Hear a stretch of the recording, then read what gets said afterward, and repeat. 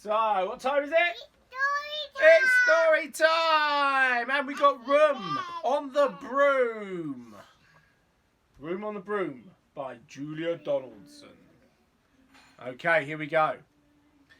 The witch had a cat and a very tall hat, and long ginger hair which she wore in a plait.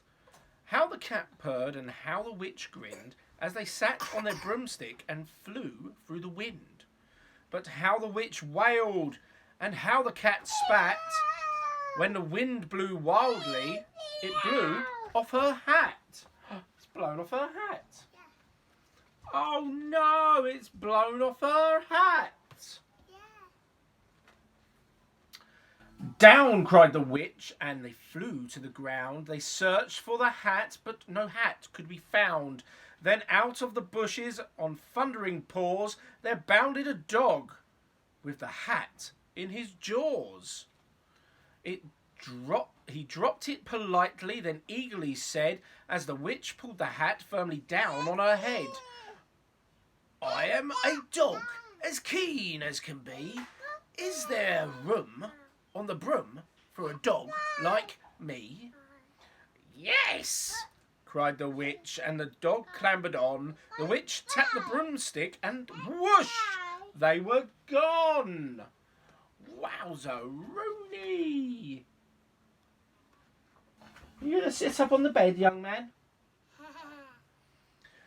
Over the fields and the forest they flew, the dog wagged his tail and the stormy wind blew. The witch laughed aloud and held on to her hat, but away blew the bow from her long ginger plait. Oh no, her ginger plait has not got a bow anymore. No! Down, cried the witch, and they flew to the ground. They searched for the bow, but no bow could be found. Then out from the tree, with an ear-splitting shriek, there flapped a green bird with the bow in her beak. She dropped it politely and bent her head low, then said, as the witch tied her plait in a bow, I am a bird, as green as can be. Is there room on the broom for a bird like me? Yes, cried the witch. So the bird fluttered on. The witch tapped the broomstick, and whoosh, they were gone. We'll do the Gruffalo in a minute. And there they are. They were gone. She got her bow back. Over the reeds and the rivers they flew. The birds shrieked with glee, and the stormy wind blew. They shot through the sky to the back of beyond. The witch clutched her bow, but let go of her wand. Oh no, she dropped her wand. Down, cried the witch, and they flew to the ground. They searched for the wand, but no wand could be found. No. You see that? Then all of a sudden, from out of a pond, leapt a dripping wet frog with a dripping wet wand. He dropped it politely, then said with a croak, as the witch dried her wand on a fold of her cloak, I am a frog, as clean as can be. Is there room on your broom for a frog like me? Yes, said the witch, so the frog bounded on. The witch tapped the broomstick, and whoosh, they were gone. Over the moors and the mountains they flew. The frog jumped for joy and what? And the broom snapped in two. Down fell the cat and the dog and the frog.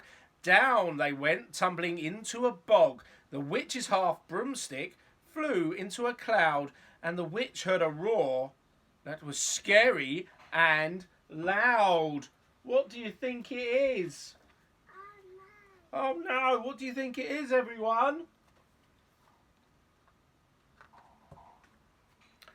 I am a dragon, as mean as can be, and I'm planning to have witch and chips for my tea. Excuse me. No, cried the witch, flying higher and higher. The dragon flew after her, breathing out fire. Help! Cried the witch, flying down to the ground. She looked all around, but no help could be found. The dragon drew nearer and, licking his lips, said, "Maybe this once I'll have witch without chips." Ooh, what a nasty dragon.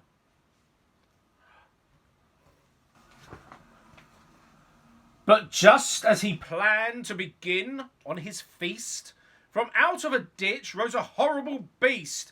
It was tall, dark and sticky, and feathered and furred. It had 4 frightful heads.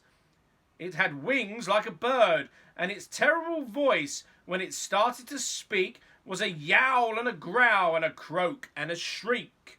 It dripped and it squelched as it strode from the ditch, and it said to the dragon, "Buzz off!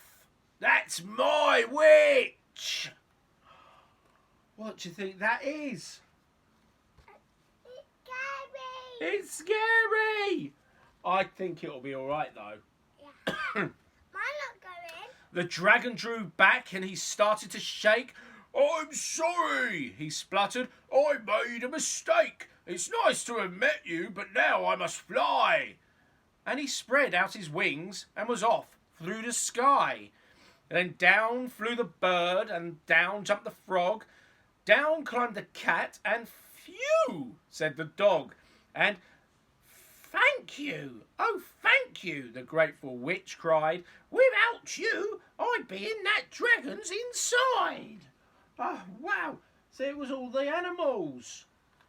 Yay, saving the day. Then she filled up her cauldron and said with a grin, "Find something, everyone, throw something in." So the frog found a lily, the cat found a cone, the bird found a twig, and the dog found a bone. They threw them all in, and the witch stirred them well, and while she was stirring, she muttered a spell. "Igglety, zigglety, zaggety, zoom!" Then out rose... You see it? Then out rose... What do you think it is? A truly magnificent broom! With seats for the witch and the cat and the dog, a nest for the bird and and a shower for the frog. "Yes!" cried the witch, and they all clambered on. The witch tapped the broomstick and whoosh! They were gone. There we go. And that was Room on a Broom. Well, shall we do the Gruffalo now? Yeah. Double bill! Woo! Double bubble bill! Or would you like the tiger book? Tiger book. Yeah, okay. Story time. Yeah, it's story time again! So here we go. The tiger who came to tea. Story time. Okay, double bill, you lucky lot. So, once there was a little girl called Sophie, and she was having tea with her mummy in the kitchen. Suddenly, there was a ring at the door. There they go, having tea. Sophie's mummy said, "I wonder who that could be. It can't be the milkman because he came this morning. And it can't be the boy from the grocer because this isn't the day he comes. And it can't be Daddy because he's got a key. We'd better open the door and see." See? Ooh. So Mummy's a bit puzzled, isn't she? Sophie opened the door and there was a big, furry, stripy tiger. The tiger said, "Excuse me, but I'm very hungry. Do you think I could have tea with you?" Sophie's mummy said, "Of course, come in." So the tiger came into the kitchen and sat down at the table. As we can see. Sophie's mummy said, "Would you like a sandwich?" But the tiger didn't just take one sandwich. He took all the sandwiches on the plate and swallowed them in one big mouthful. Omp! Oh. And he still looked hungry. So Sophie passed him the buns. Greedy tiger. But again, the tiger didn't eat just one bun. He ate all the buns on the dish, and then he ate all the biscuits and all the cake until there was nothing left to eat on the table. So Sophie's mummy said, "Would you like a drink?" And the tiger drank all the milk in the milk jug and all the tea in the teapot. Greedy tiger. Naughty, greedy tiger. Naughty tiger. And then he looked round the kitchen to see what else he could find. Is he greedy? Yeah. He's looking for more food. Greedy tiger. Naughty tiger. He ate all the supper that was cooking in the saucepan and all the food in the fridge. Naughty. And all the packets and tins in the cupboard. Oh, dear lordy. That tiger's going to get fat. And he drank all the milk and all the orange juice and all Daddy's beer. He wouldn't drink Daddy's beer. He'd have a fight on his hand. Rough and tumble. And all the water in the tap. All the water in the tap?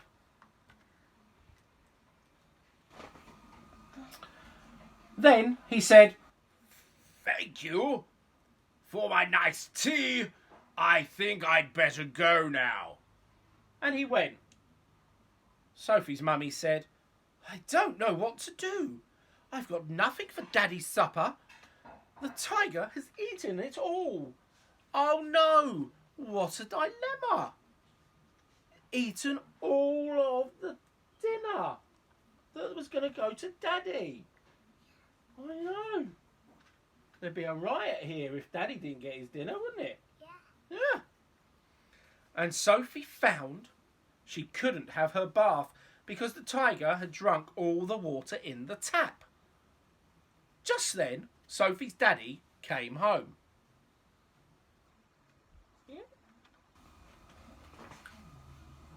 So Sophie and her mummy told him what had happened and how the tiger had eaten all the food and drunk all the drink. And Sophie's daddy said, "I know what to do. I've got a very good idea. We'll put on our coats and go to the cafe. Hang on, baby. Good girl. There you go. Daddy got home and he's taking them to the cafe. He's treating them. Yeah. So they went out in the dark and all the street lamps were lit and all the cars had their lights on and they walked down the road to the cafe. You see? There we go.